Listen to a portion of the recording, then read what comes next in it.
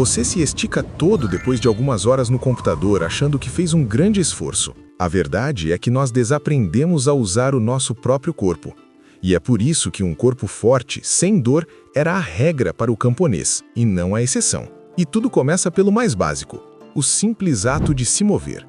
A caminhada diária não era uma opção de exercício, mas a única forma de locomoção que você tinha para ir e voltar do trabalho. Era uma condição fundamental da vida, não uma escolha para a saúde. Todos os dias, antes do sol nascer, a jornada começava a pé. Com sapatos finos ou descalço, o camponês percorria quilômetros em terrenos irregulares, forçando o corpo a se ajustar. Essa caminhada funcionava como um aquecimento diário, preparando o core, pernas e costas para o trabalho pesado que viria a seguir. Um camponês comum caminhava entre 5 e 10 quilômetros por dia apenas em deslocamentos. Isso é o equivalente a atravessar a ponte Rio-Niterói a pé, ida e volta, todos os dias, antes mesmo de começar a trabalhar de verdade. O que hoje chamamos de trilha e consideramos um lazer de fim de semana, para eles era o trajeto diário e obrigatório para o trabalho. A natureza não era um refúgio, era simplesmente o escritório. Mas essa rotina de movimento não parava no campo. Dentro de casa, as tarefas mais simples se transformavam em sessões de treinamento de força funcional de corpo inteiro. A sobrevivência exigia um esforço físico constante, mesmo longe da lavoura. Para ter água, uma pessoa caminhava até o poço, prendia 2 baldes em uma canga de madeira e os enchia.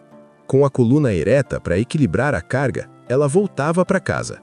Outras tarefas, como moer grãos por horas ou picar lenha, eram exercícios que fortaleciam braços, oblíquos e o corpo todo.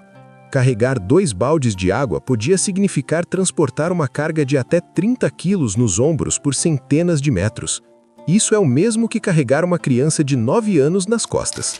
Exercícios que hoje são vendidos em academias como o Farmer's Walk ou a caminhada do fazendeiro não eram um treino. Era simplesmente a forma como se conseguia a água para beber.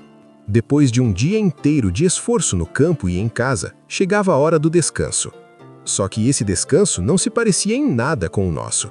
O conceito de tempo livre sedentário simplesmente não existia. O descanso era apenas uma mudança para uma atividade física menos intensa, mas o corpo continuava ativo e engajado. Ao final do dia, o camponês se sentava no chão ou em um banco baixo, mas suas mãos continuavam trabalhando, consertando ferramentas ou fiando lã. Essas posturas ativas, como cócoras, mantinham a coluna alinhada. Até o entretenimento, como danças em festivais, era intensamente físico e exigia resistência. Durante a colheita, o dia de trabalho podia durar mais de 14 horas. O tempo restante era gasto nessas tarefas leves e em poucas horas de sono, sem nenhum espaço para a inatividade completa. Pense nisso, ficar parado sem fazer absolutamente nada era um luxo tão inconcebível que era praticamente um sinônimo de estar doente ou de pertencer à nobreza. Essa vida de movimento incessante, do nascer ao pôr do sol, tinha uma consequência fisiológica direta. O resultado era uma proteção forjada pela própria rotina. A consequência dessa vida era o desenvolvimento de uma armadura muscular natural que protegia sua coluna. Não era algo que eles buscavam, mas um resultado inevitável do modo de vida. O corpo do camponês funcionava como uma unidade. Ao levantar peso ou caminhar em terreno instável, músculos das costas, abdômen e pernas trabalhavam em sincronia. Essa ativação constante criava um espartilho natural que estabilizava as vértebras. A força deles era para sustentar um esforço por horas, o que protegia as articulações. O gasto calórico diário de um camponês na colheita é estimado em mais de 4.500 calorias. Isso é o mesmo que um atleta de elite consome em um dia de competição oficial. A ironia é que eles construíam um corpo com a força e resistência de um atleta de alta performance, sem nunca terem ouvido a palavra fitness. A boa forma era um subproduto da pobreza. Essa força não vinha de uma escolha, mas da falta dela.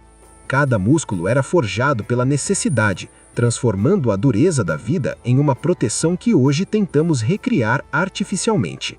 Essa proteção, forjada pela dureza da vida, não surgia do nada.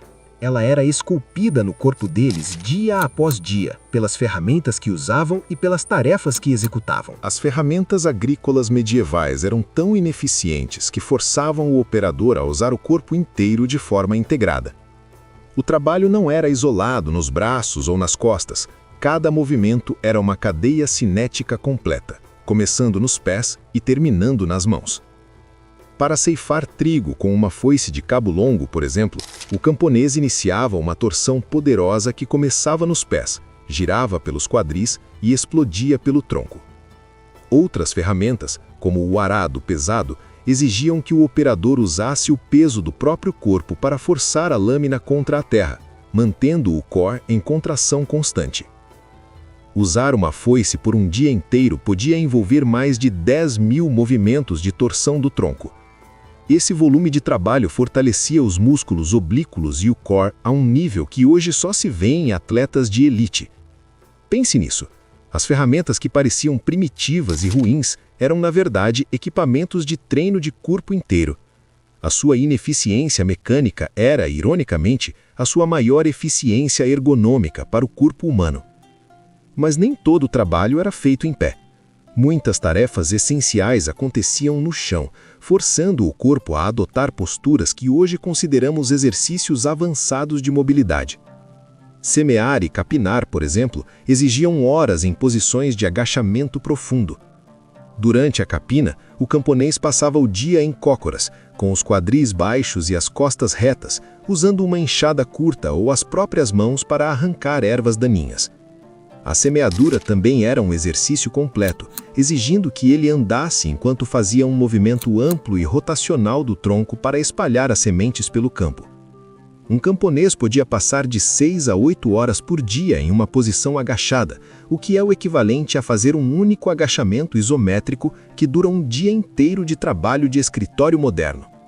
A diferença é que o corpo dele era adaptado para isso. O mais bizarro é que a posição de cócoras, hoje ensinada como um exercício corretivo, era para eles uma postura de descanso e trabalho tão comum quanto sentar em uma cadeira é para nós. Esse trabalho no chão, combinado com a falta de veículos, criava outro desafio constante: mover cargas pesadas. Na ausência de máquinas, o transporte de peso era feito com técnicas que protegiam a coluna por pura necessidade de autopreservação. Para mover um saco de grãos, o camponês agachava profundamente, mantendo a coluna reta. Ele usava a força das pernas e do quadril para erguer a carga, num movimento que hoje chamamos de levantamento terra. Errar a técnica não significava uma lesão simples, podia levar sua família à fome. E era exatamente assim que um camponês garantia que nunca teria o tipo de dor nas costas que hoje consideramos normal.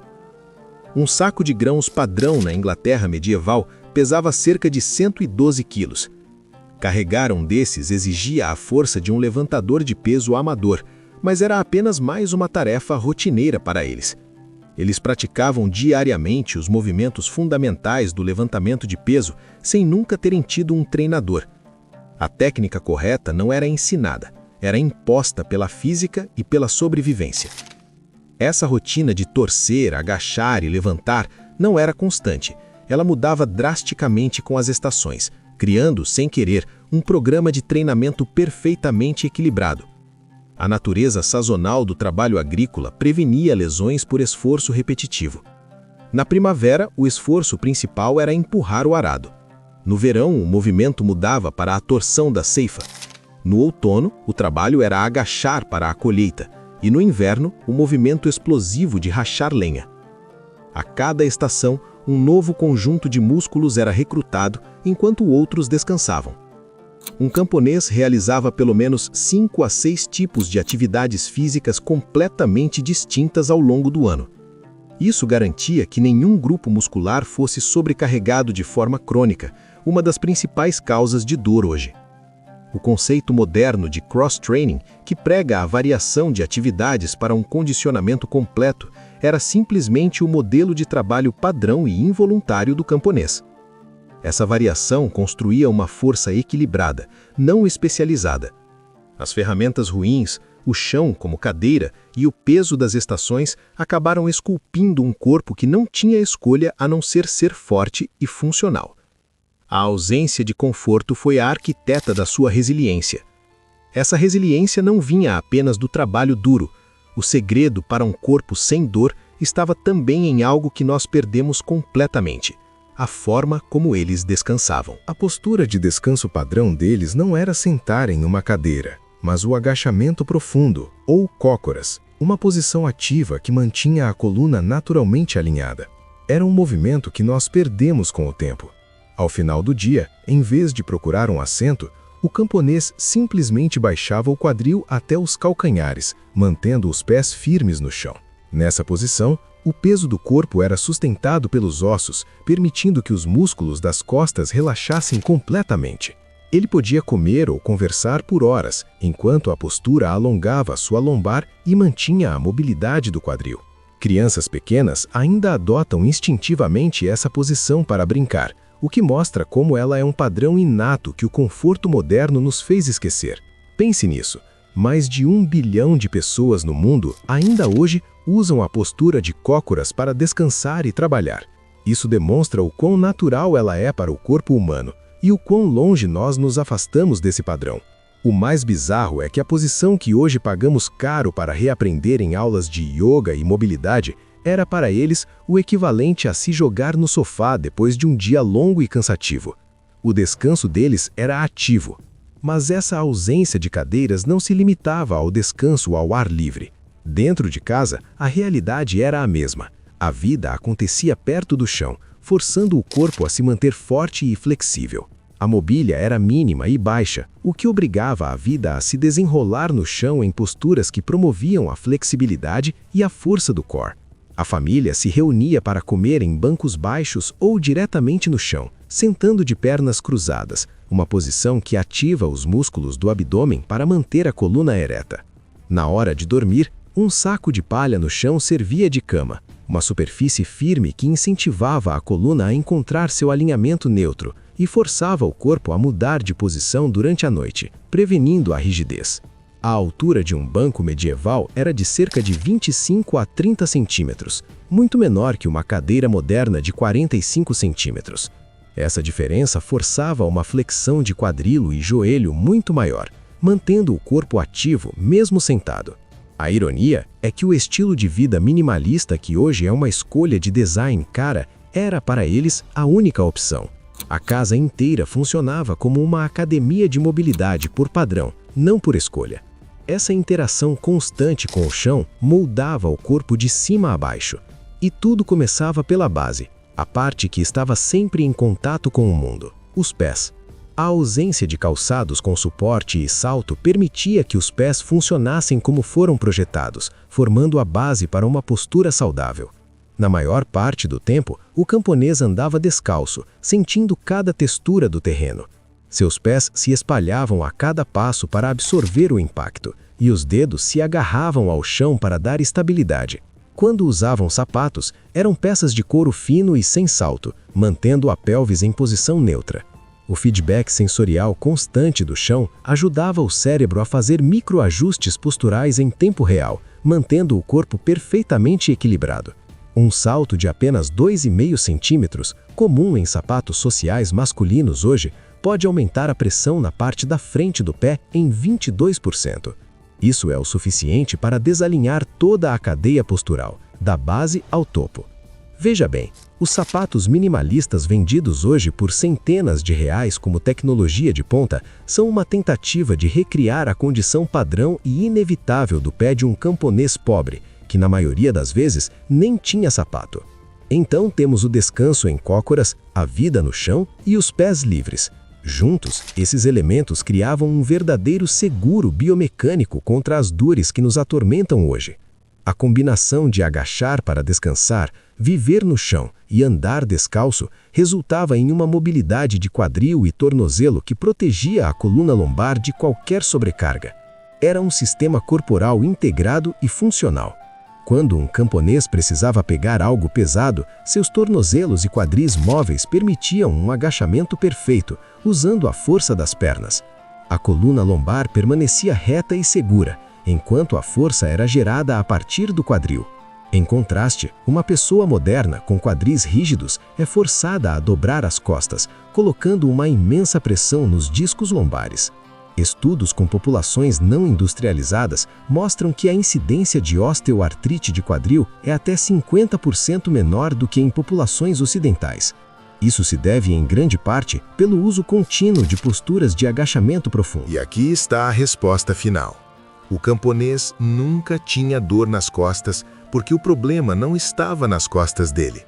A dor moderna é uma consequência da perda de função dos nossos pés, tornozelos e quadris. O resto do corpo dele ainda funcionava. A mobilidade deles não era um exercício, era uma consequência inevitável do ambiente. Eles não precisavam corrigir a postura, porque o mundo em que viviam nunca permitiu que ela se estragasse. O corpo deles era uma fortaleza forjada pela necessidade, onde cada tarefa era um exercício, e o descanso era um agachamento no chão. Então, da próxima vez que você reclamar da dor nas costas por ficar o dia inteiro sentado, lembre-se, a força deles era um subproduto da miséria. A sua dor é o privilégio do conforto.